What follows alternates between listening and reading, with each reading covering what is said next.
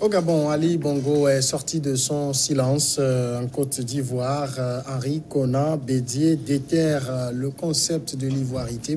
Nous parlerons également du Libéria avec ses milliers de manifestants dans les rues qui sont déçus du pouvoir de George Weah. Et puis au Togo, on verra pour les élections municipales. Les listes définitives des candidats sont publiées. On va en parler ce soir avec Germain Sossou, acteur politique togolais. Bonsoir. Bonsoir Samuel, bonsoir mon ami Firmin, bonsoir à tous nos compatriotes, à tous nos compatriotes. Firmin Teko Agbo, chroniqueur politique, bonsoir. Bonsoir Samuel Niaoui, merci de m'avoir invité. Le Gabon, pour commencer, après près de 6 mois de silence, le président gabonais Ali Bongo Ondimba, qui se remet d'un accident vasculaire cérébral, s'est affiché samedi soir maître du jeu politique en annonçant un remaniement ministériel. Dans un discours enregistré de 8 minutes diffusé à la télévision nationale, il a déclaré avoir demandé à son premier ministre la formation d'un nouveau gouvernement plus restreint, constitué de femmes et d'hommes prêts à donner la priorité à l'intérêt général et capable de faire preuve d'exemplarité. Il a fait cette annonce alors que le Kevanzingo Gate, un trafic de bois précieux, a viré récemment au scandale politique. Et il faut également souligner que l'intervention du président gabonais est arrivée à la commémoration du 10e anniversaire de la mort de son papa, ancien président du Gabon également, qui a régné sur le pays pendant 41 ans. Firmin Teko, Ali Bongo qui parle à la télévision, c'est pour rassurer ou c'est pour montrer que je suis là, je suis maître du jeu? Bon, est-ce qu'Ali Bongo est le maître du jeu si ce n'est le système gabonais qui est le maître du jeu? Au fait, Ali Bongo individuellement ne représente pas grand-chose. Cela coïncide bien sûr avec l'anniversaire de son père qui est mort en juin 2009. S'il a dit merci à quelqu'un, c'est à son père. Parce que c'est son père qui essaie de construire un système gabonais. Un système de pouvoir, un système de régime où personne n'est indispensable. Donc c'est comme le système que Yadema a construit ici au Togo. Vous imaginez que Fouan Yasingbe allait tout dernièrement et puis Ali Bongo qui s'exprime. Donc c'est Omar Bongo tout d'abord qui a construit tout un système qui a eu à avoir l'appui du gouvernement français pendant des années, pendant plus de 30 ans. Donc un système qui est là, qui est bien solide. Et c'est ce système-là dont bénéficie aujourd'hui Ali Bongo. Vous imaginez qu'Ali Bongo était à l'extérieur il y avait des mois et il y a eu un coup d'État raté. Donc si ce n'était pas un système, on allait prendre le pouvoir comme ça. Donc c'est-à-dire les gens sont au sein de ce système mais ne savent même pas là où est le pouvoir. C'est ça ce qui est la force des systèmes. Vous ne savez pas là où se cache le pouvoir. Vous ne savez pas qui est puissant, qui dirige. Ces militaires croyaient en réalité qu'ils avaient le pouvoir, alors qu'ils n'avaient peut-être qu'un pan du pouvoir. Donc c'est tout un système qui est là, et donc c'est ce système-là qui a essayé de conserver le pouvoir pendant l'absence de Ali Bongo. Et quand il est revenu, le pouvoir l'a rassuré, le système l'a rassuré, lui a dit, nous sommes avec toi, tu étais absent, nous avons dirigé le pays, tu es là maintenant, on te remet encore le pouvoir. À toi de montrer que tu es le tout-puissant. Or, Ali Bongo en réalité n'est qu'un individu du système. Donc la deuxième chose, peut-être je vais revenir après, mais la deuxième chose, c'est ça qui m'étonne bien sûr. Il est le maître du système. C'est aujourd'hui que Ali Bongo va appeler à l'exemplarité ou la lutte contre la corruption, un gouvernement restreint. C'est aujourd'hui, après plus de 10 ans au pouvoir, les fonds qui ont été détournés lorsqu'il fallait construire certaines universités, lorsque des fonds avaient été alloués pour rehausser le pouvoir d'achat, pour rehausser le niveau de vie des Gabonais. Ali Bongo était où? Pourquoi il n'avait pas tapé du poing sur la table à l'époque? Et c'est aujourd'hui qu'il va se rendre compte qu'il y a la corruption dans ce pays, où il y a des gens qui vivent mal, où le gouvernement est trop large, où le gouvernement est pléthorique. Maintenant, il faut une équipe restreinte. Ça, c'est se moquer des Gabonais. Il fallait qu'il le fasse un peu plus tôt. Et on saurait que Ali Bongo est là pour diriger vraiment le Gabonais, ou pour s'occuper vraiment des Gabonais. Alors, de toute façon, Germain Sossou, la sortie d'Ali Bongo est calculée parce que ça tombe sur le 10e anniversaire de la mort de son père, mais également, il devait prendre la parole dans ce scandale du Kevanzingo Gate. Oui, comme le disait tout à l'heure mon ami Firmin, est-ce que lui-même il est en dehors de ce scandale? C'est la question, il faut vraiment... Bon, de toute façon, c'est lui qui a tapé du poing sur la table. Il a limogé son vice-président et le ministre des Forêts. Oui, c'est ce que je dis. Quand vous avez... Il est chef de l'État, il y a un problème économique qui risque de créer un grand désolement dans le pays. Il faut tromper tout simplement la vigilance des concitoyens.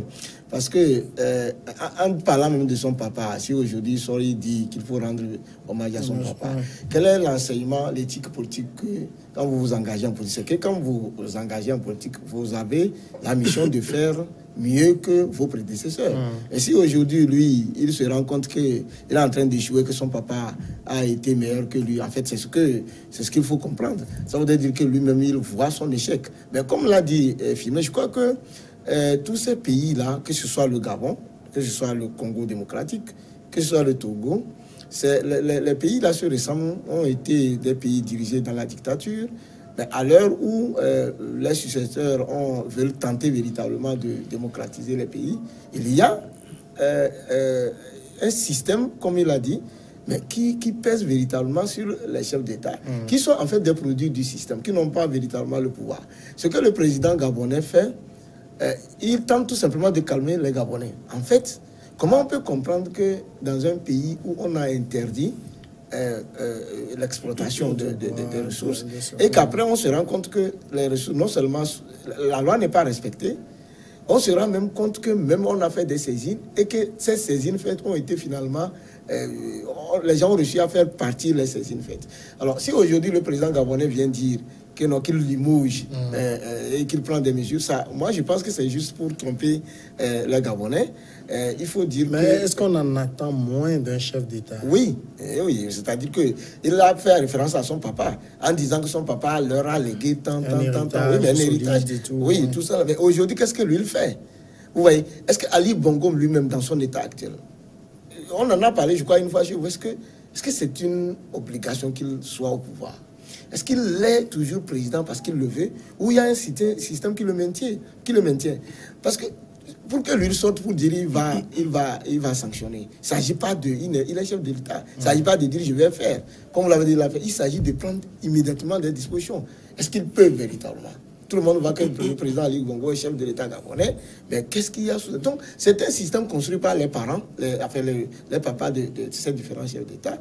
Et donc, eux, ils ont tout simplement été pris et mis à la place. Donc, je ne vais même pas dire qu'ils sont des marionnettes, mais ils n'ont pas... Je ne pense pas que ces chefs d'État ont l'effectivité du pouvoir. Alors, le problème, dans le contexte gabonais, puisque je l'ai déjà dit, la sortie d'Ali Bongo intervient dans le cadre de ce scandale lié à ce bois très précieux, le Kevazingo.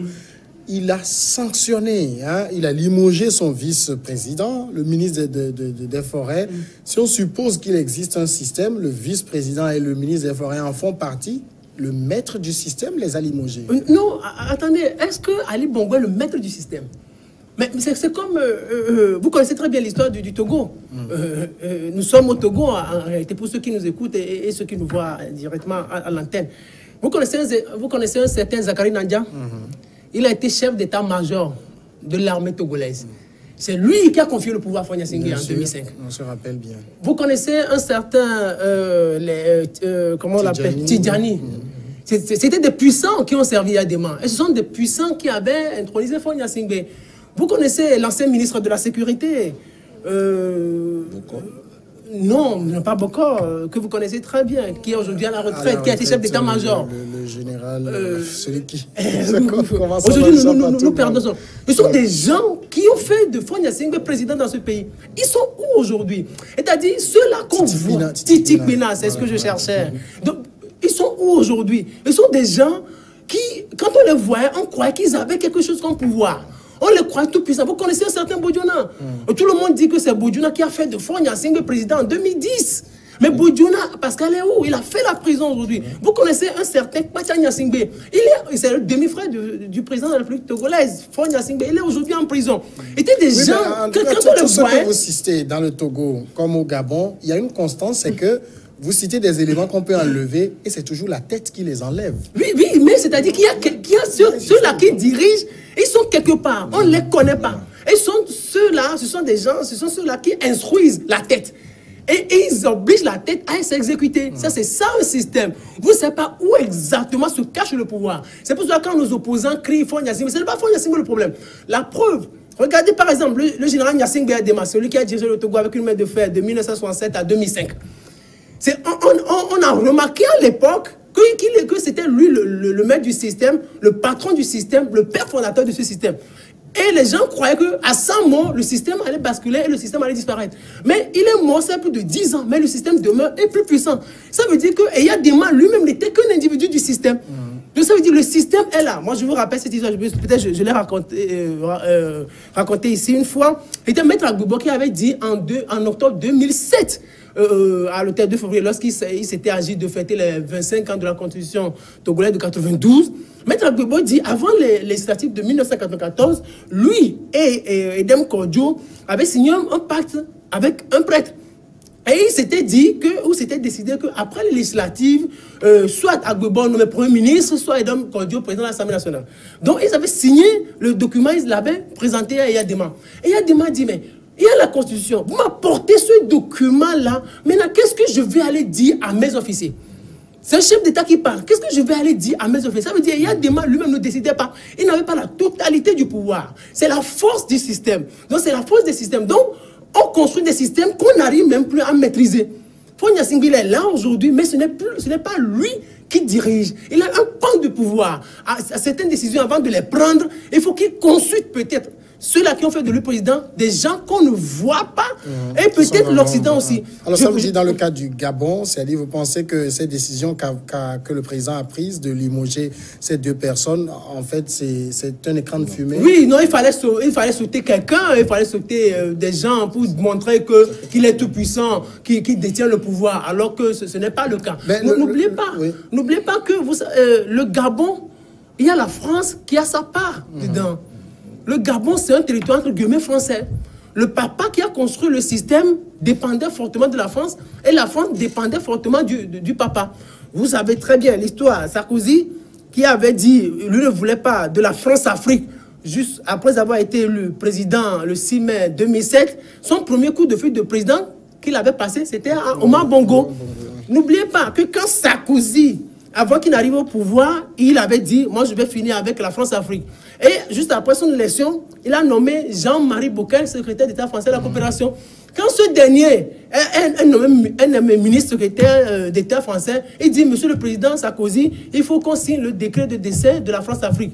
Mais Omar Bongo a pris la nouvelle, il a demandé à Sarkozy de sauter Jean-Marie Bockel. Et ça a été fait. Ça a été fait en 2008. Donc, et après, il a été remplacé par Jean-Alain Jouandé, qui est venu au Togo, je me rappelle très bien, ministre, qui est venu au Togo en 2008. Donc, à l'époque, avant que Chirac ne constitue certains gouvernements, il envoie la liste d'abord à Omar Bongo. Et c'est Omar Bongo qui donne son OK avant que Chirac ne sorte son gouvernement. Mais donc, ça veut dire que le Gabon est là, mais ce n'est pas la totalité du pouvoir. N'est pas entre les mains de celui qui dirige. Mais le problème, c'est qu'en l'espèce, si le président ne prend pas de mesures comme il vient de le faire, tout le monde va se dire, mais où est le président? Oui, exactement. Maintenant, il a agi et on semble le critiquer. Oui, non, c'est pas qu'on le critique, c'est-à-dire qu'aujourd'hui, nous évoluons. C'est-à-dire que nous sortons des périodes où les gens posent des actes et devant ces actes, il n'y a pas de réflexion. Voilà. Parce qu'on se demande... Vous pensez qu'un président limogerait deux personnes aussi importantes sans réflexion? Oui, mais la période que décrit mon ami Firmin, si vous retournez dans le passé, dans le temps, quand il suffit seulement de prendre une telle décision, d'abord, on n'avait même pas la possibilité d'en débattre ici. Donc, on peut poser un acte pour calmer le peuple. On fait poser un autre acte pour dire, bon, voilà, tout le monde est satisfait.